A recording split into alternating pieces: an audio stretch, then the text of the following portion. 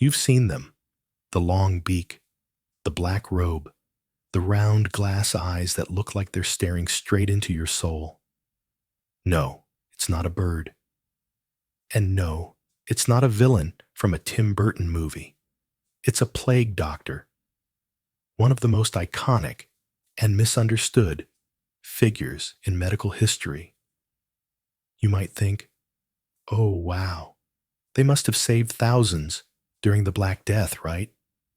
Well, not exactly. In fact, if you were lying half dead in 1348 and saw a plague doctor walk into your room, you'd probably be better off crawling out the window. But hey, welcome to the show. This is the kind of bedtime story where the heroes wear bird masks and the cures are worse than the disease. So lie back, relax, and if you hear scratching under your bed tonight, don't worry. It's probably just a rat, or 10. Before we dive in, if you enjoy brutally honest history, told like we're gossiping at 2 a.m., give that like button a gentle poke, and leave a comment below. Where are you listening from? What time is it for you? I want to know how many of you are falling asleep to stories about dead people. Let's build the weirdest bedtime community on YouTube. Ready? Let's go back to 1347, the year that Europe learned what real panic smells like. Let's set the scene. It's the year 1347. Europe is bustling, filthy, and alive in every sense of the word. And by alive, I mean teeming with rats, fleas, and about as much hygiene as a public restroom after a 3-day festival. Cities are loud, not with cars, but with hooves clopping over mud-caked streets, and the market chatter of fishmongers yelling at butchers who are yelling at drunk priests. But then, something arrives. Not with a bang, not even with a whisper. It comes by boat. A dozen Genoese trading ships dock in the Sicilian port of Messina, fresh from the Crimean Peninsula. But the sailors on board aren't waving to the crowd. They're dead, or dying. Their bodies are bloated. Their necks and armpits are swollen like someone stuffed grapes under their skin. Black spots dance across their bodies like the bruises of some invisible war. The city panics. The ships are forced back out to sea. Too late. The plague has landed. Within months, the disease spreads like spilled ink across parchment. From Italy to France, France to England, England to Germany. It seeps into every town, village, and soul. There's no understanding, no science, just horror. People call it the Great Mortality. Later, it'll earn a more dramatic name, the Black Death. But let's zoom in for a moment. You're in a small town, let's say in France. You're a baker. You've got a small oven, a couple of kids, and a wife who smells like rosemary and anxiety. Life is simple, tough but normal, until your neighbor coughs blood. Then your wife starts sweating and mumbling in her sleep. Then your son's neck balloons, like he's hiding a melon under his collar. Then the town bell rings, again, and again, and again. It doesn't stop for 3 days. That's not bells of celebration. That's the death bell. It tolls for every soul lost. Churches are overwhelmed. Priests mutter prayers with one hand on a corpse and the other reaching for another. Grave diggers are dying faster than they can bury the dead. And what's worse, no one knows what's causing it. Some say it's God's punishment. Others blame bad air juice cats, sin Saturn being in the wrong position, or my personal favorite, bathing too often. That's right. Some believe that washing opened the pores of the soul, making you vulnerable. So if you didn't smell like fermented goat sweat, were you even trying? The smartest minds of the era, aka guys who read a lot of Aristotle and rubbed onions on everything, come up with all kinds of genius solutions. Carry herbs in your nose. Burn lavender in your shoes. Flog yourself in the street to earn God's forgiveness. Drink crushed emerald powder in wine. And in the midst of all this, a new figure enters the stage. They come wearing dark cloaks, gloves, and those ridiculous bird masks that look like they lost a bet at a masquerade ball. The plague doctors, striding through towns like some kind of apocalyptic cosplay. To some, they look like saviors. To others, they're a walking omen, because when you see one, it usually means everyone around you is about to die, and you might be next. Imagine that. No antibiotics, no painkillers, no Zoom calls to check on your family across town, no grocery stores, no doctors who actually knew what a virus was, just silence and coughing and bells. And in walks a man dressed like a crow, poking at your body with a stick. He doesn't touch you. He doesn't speak much. He writes your name on a scroll, then leaves. That's not medicine. That's inventory. But don't worry, we're just getting started. In the next part, we'll look at who these plague doctors really were. And spoiler, most of them had about as much medical training as your neighbor's goat. All right, so who were these guys? Were they heroic, selfless men of medicine risking their lives to save the sick? Nope. Most of them were glorified note-takers in fancy cosplay. Let's be clear, the term plague doctor sounds way cooler than what they actually did. They didn't discover vaccines. They didn't perform surgeries. They didn't even know what germs were. Because, here's the big twist, most plague doctors weren't really doctors. And the few who were, let's just say, they weren't exactly graduating top of their class at medieval Harvard. When a town was hit by the plague, local authorities often hired anyone really, to track the dead and maybe hand out a few potions or prayers. And voila, a plague doctor was born. Their duties usually included keeping a record of the infected and the dead, witnessing wills as people died, poking the sick with a stick to see if they were still alive, sometimes offering useless treatments they picked up from hearsay. You didn't even need a license. You could have been a failed barber, a retired soldier, or a drunk uncle with a steady hand. As long as you were willing to walk into death zones and look the part, you were hired. They were like the government's way of saying, look, we're doing something. Please don't riot. Why did people trust them? Short answer, desperation. Long answer, pure, unfiltered panic. When you're surrounded by rot despair and the smell of old meat in the air, even a guy in a bird mask starts looking like a savior. To villagers and common folk, the appearance of a plague doctor could mean two things. Help had arrived. You're going to die soon. Either way, people prayed. They offered coins. Some mothers even handed over their sick children, hoping the doctor could do something. What did the plague doctor do? He scribbled the child's name on a scroll, tipped his hat, and moved on. They were more symbol than substance. Think about it.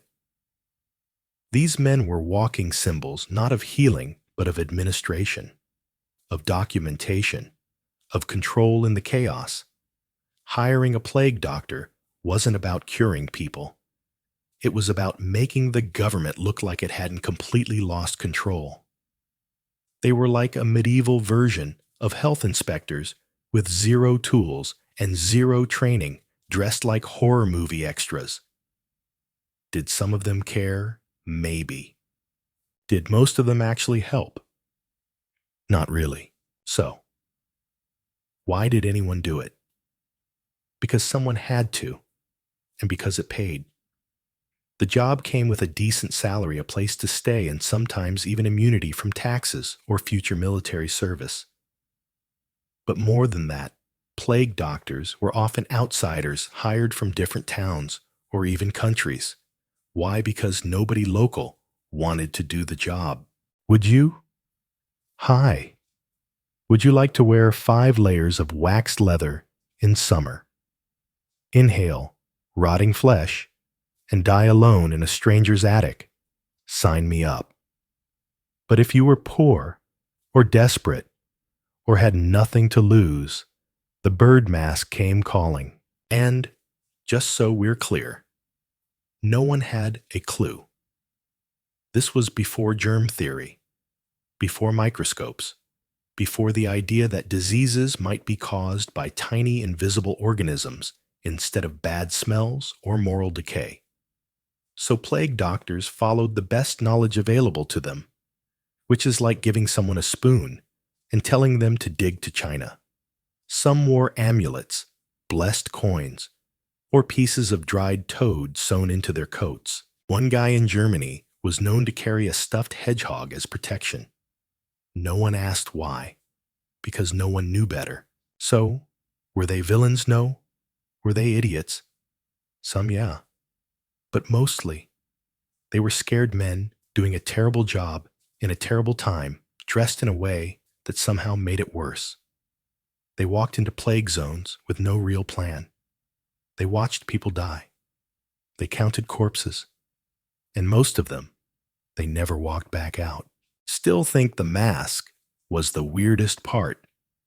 Just wait till we break down the plague doctor outfit.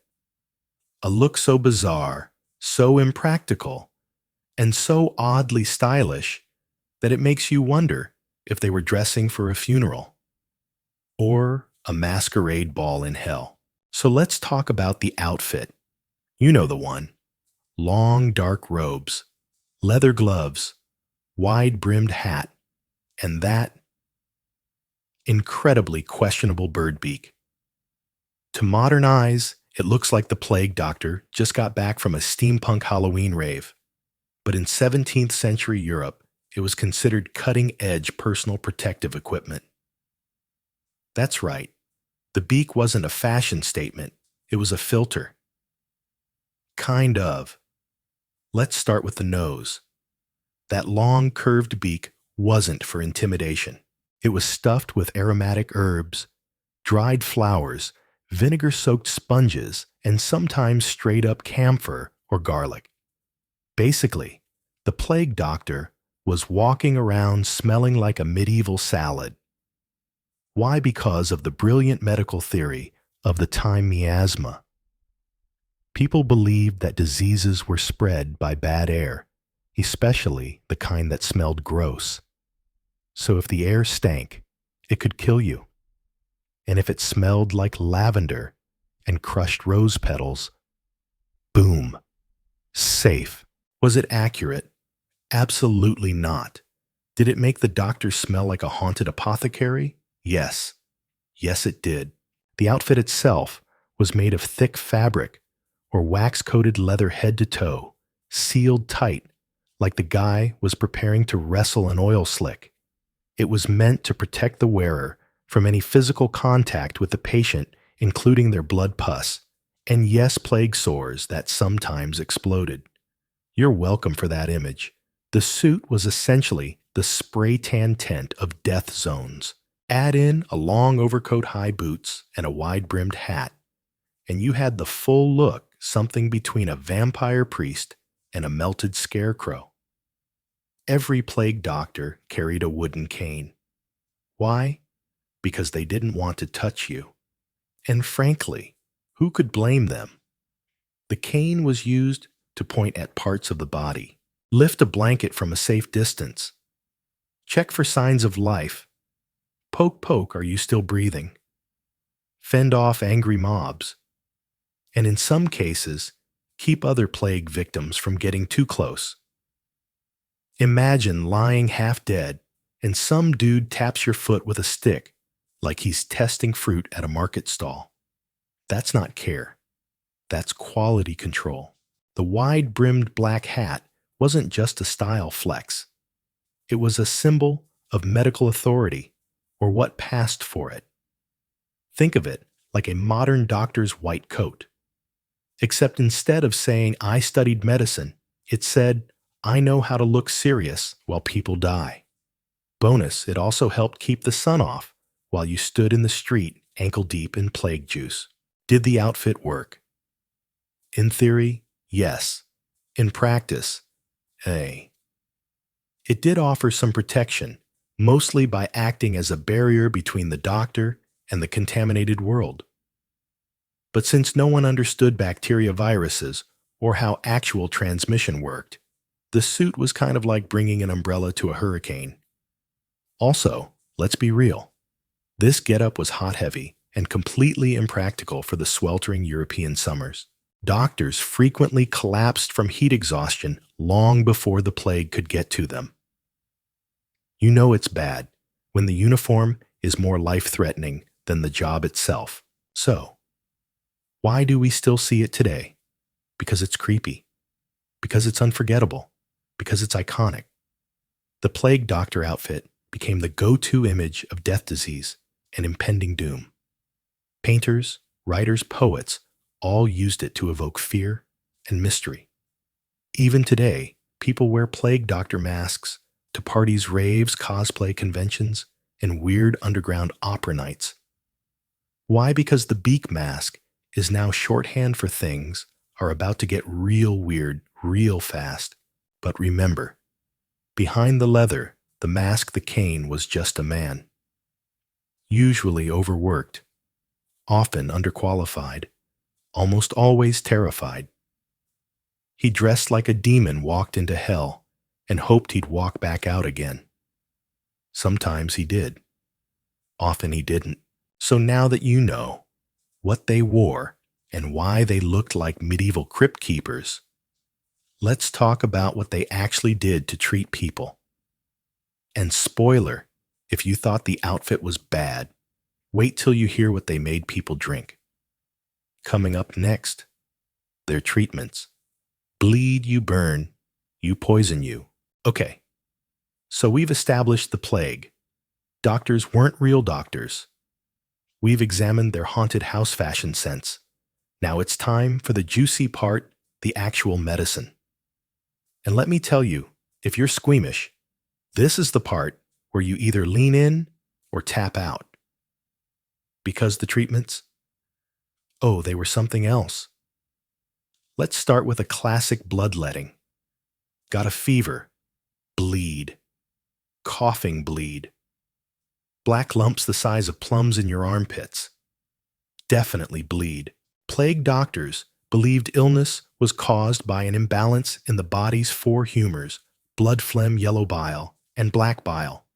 So naturally, if you were dying, it must be because you had too much blood.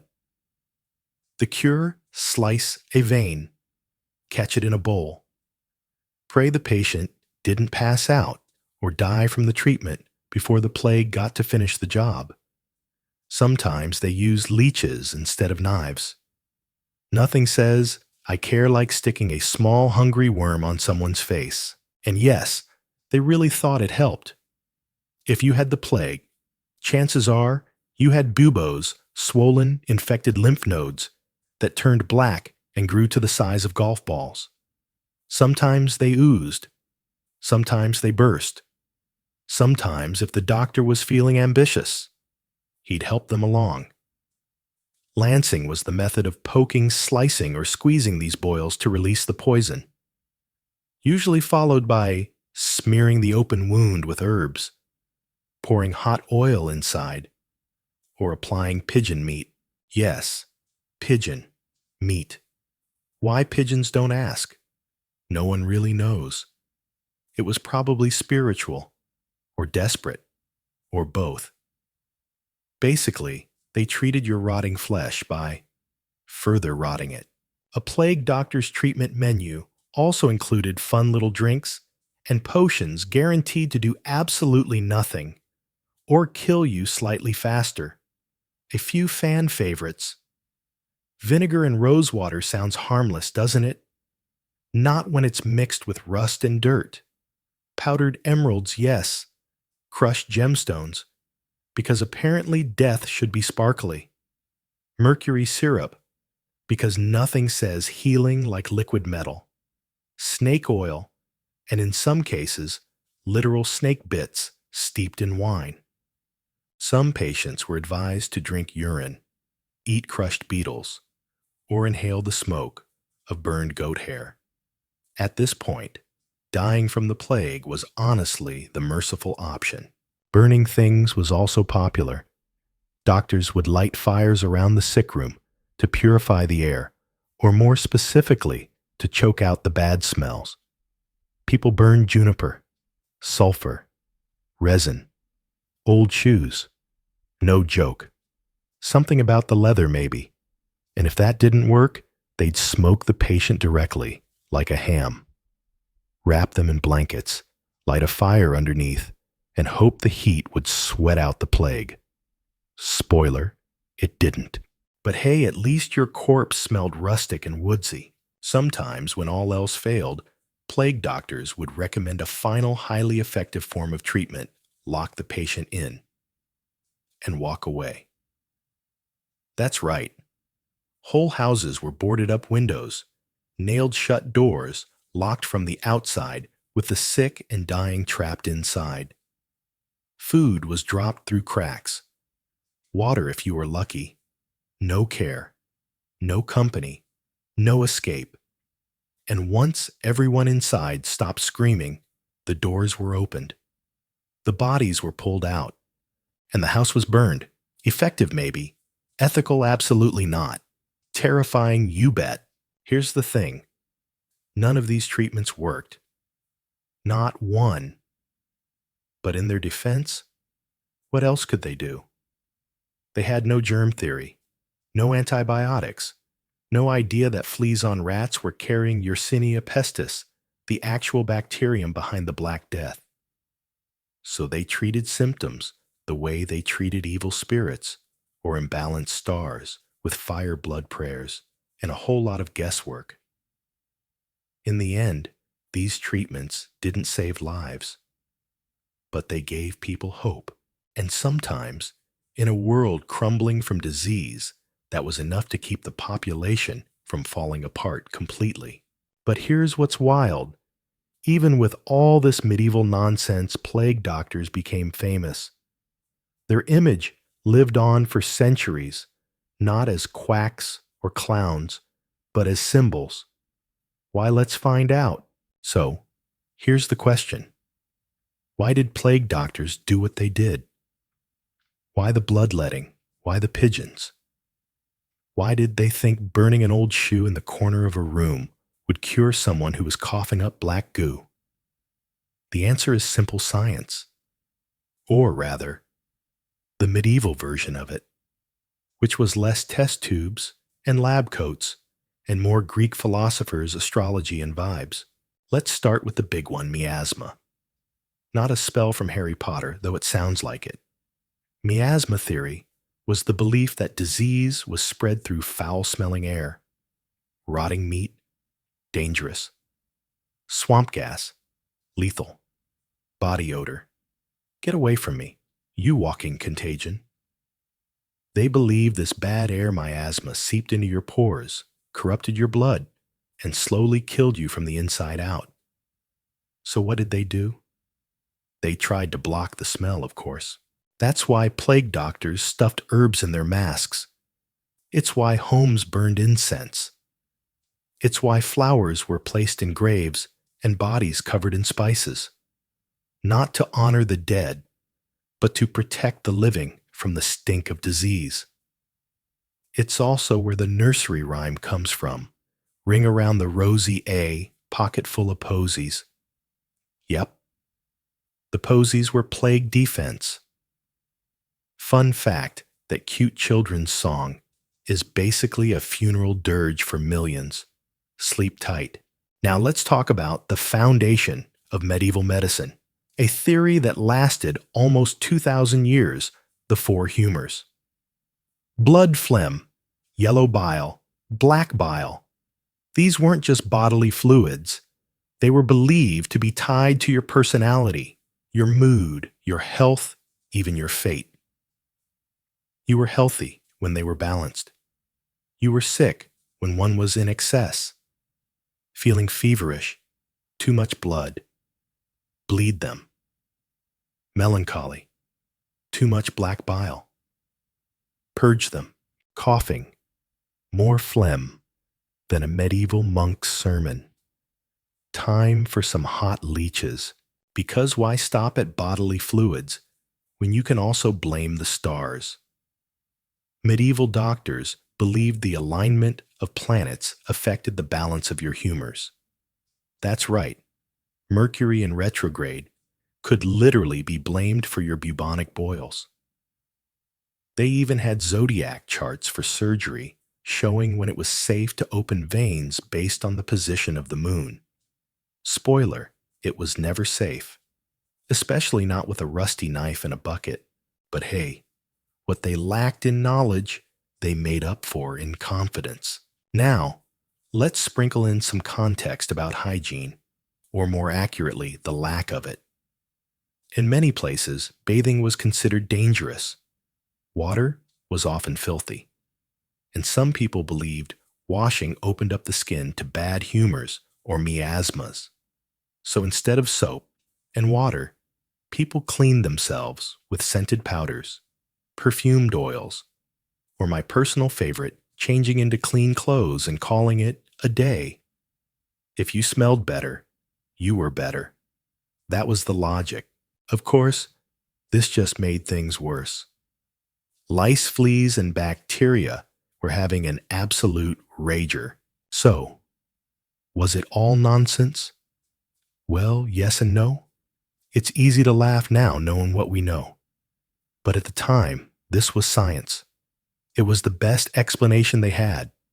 They were working without microscopes, without germ theory, without any real understanding of how diseases actually spread. And while a lot of it was tragically wrong, some things they did, like quarantine, masking, and burning infected clothing, accidentally worked. Not because of miasma, but because they were unknowingly limiting contact with actual pathogens. Here's the truth. They weren't stupid. They were desperate. They looked at the world with the tools they had, religion, astrology, ancient books, and common sense that often wasn't very common. And from that, they built a system. A wrong system, but a system nonetheless. Still, despite the failures, the fear, the farce, plague doctors stuck in the public imagination. Centuries later, people still remember them not as fools, but as symbols. Which raises the question, why? Why did these ineffective bird-masked note-takers become iconic? Let's dig into that. So far, we've established the facts plague doctors weren't real doctors. Their treatments didn't work. Their outfits were based on junk science. Most of them died doing the job. And yet, centuries later, we still know them. We still see them. In Halloween costumes, in video games, in paintings, in tattoos, even in memes. Why? How did a failed medical role from a dark time in history become a pop culture icon? Let's dig into the legacy part, art part, fear part, myth, and 100% unforgettable. Let's be honest, the plague doctor looks slaps. It's mysterious. It's terrifying. It's oddly theatrical. A masked figure dressed in black, faceless, but watching. He walks among the dead, touches nothing, speaks rarely, and leaves only names behind. He's not a man. He's a presence. An artist throughout history couldn't resist that image. Renaissance woodcuts, Baroque oil paintings, even early photography and modern graphic novels. The plague doctor became shorthand for death disease, the unknown, and strangely, authority. During the height of the Black Death, The image of a plague doctor became more than a job. It became a symbol. He wasn't just the guy who came to check on the sick. He was the harbinger of doom. When he arrived, people died. When he left, people still died. He was a man-shaped warning sign. Something is very wrong here. He represented that line between the living and the dying, not crossing it, just marking it. By the 17th and 18th centuries, the actual use of plague doctors was fading. But their image, oh, it was just getting started. In Venice, the plague doctor became part of Carnival. You know, the festival with elaborate masks and decadent costumes. But not as a joke. No, as a grim reminder. A walking ghost in the middle of a party. Like death crashing the dance floor. Painters and playwrights adored the irony, the contrast, the dark glamour of it all. And when Romanticism hit Europe in the 19th century, with its love of melancholy Gothic horror and stylish suffering, plague doctors fit perfectly. The human brain loves a villain in a mask, especially one whose face you never see. That's why slashers work. That's why ghosts in old folk tales wear veils. That's why plague doctors became horror icons before horror even had a name. There's something deeply unsettling about someone who doesn't flinch at death, who walks calmly through suffering, who doesn't feel human, even though paradoxically they're just men. The plague doctor is terrifying not because he's evil, but because he's ineffective. He shows up, he watches, he writes your name down, and then you die anyway. That helplessness, that's the real horror. The 21st century has given plague doctors a second life. They've shown up in video games like Assassin's Creed and Bloodborne, TV shows, comics, novels, and YouTube creepypastas. And of course, during COVID, they made a weird little comeback on TikTok. Yep, Gen Z discovered plague doctors. And did they talk about the medical history? No. They danced in full costume. They made skits. They posted thirst traps in beaked masks. Because of course they did. But under all the memes, the costumes, the fan art, there's still something hauntingly real about them.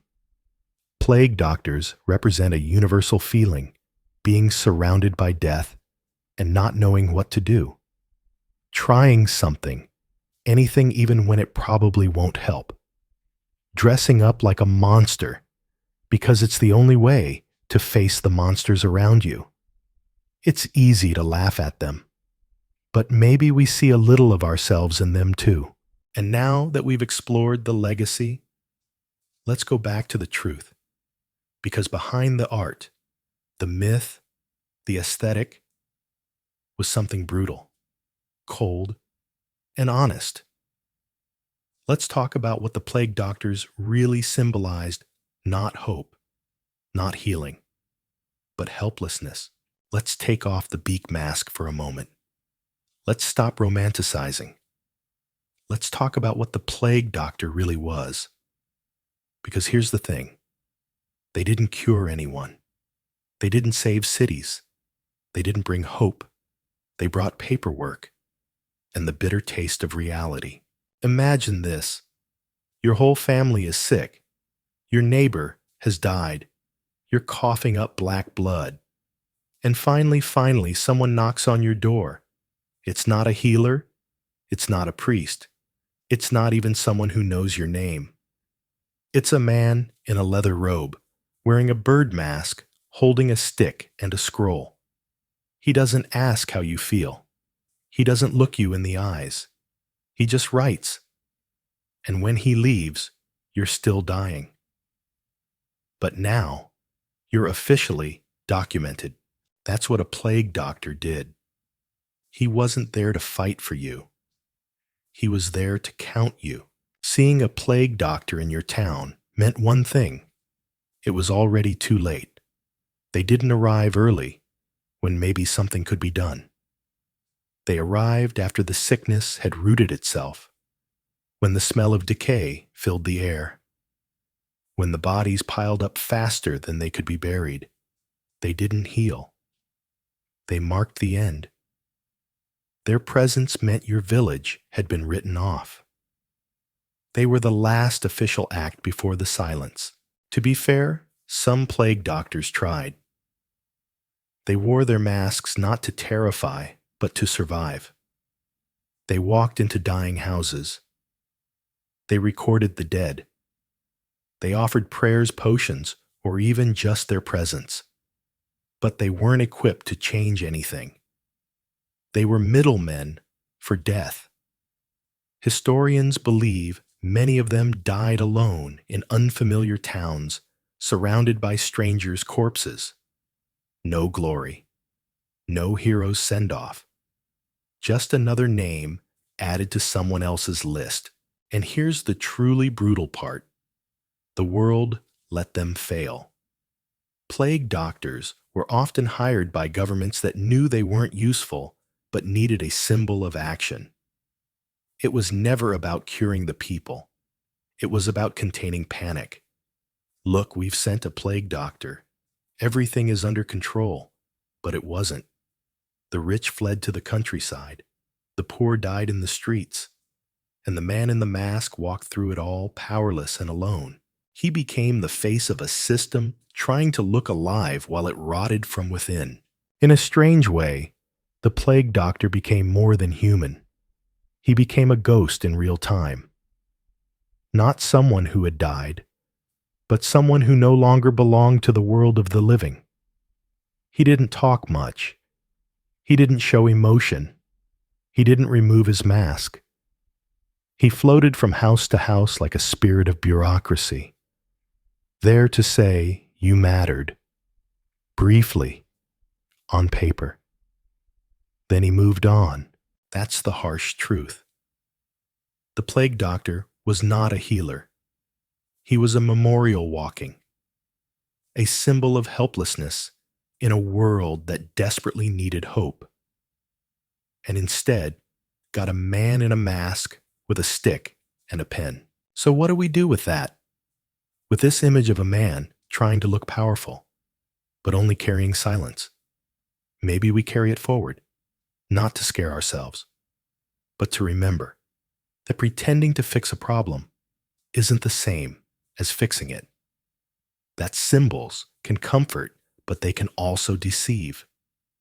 That sometimes, even with the best intentions, we become part of the machine, not the cure.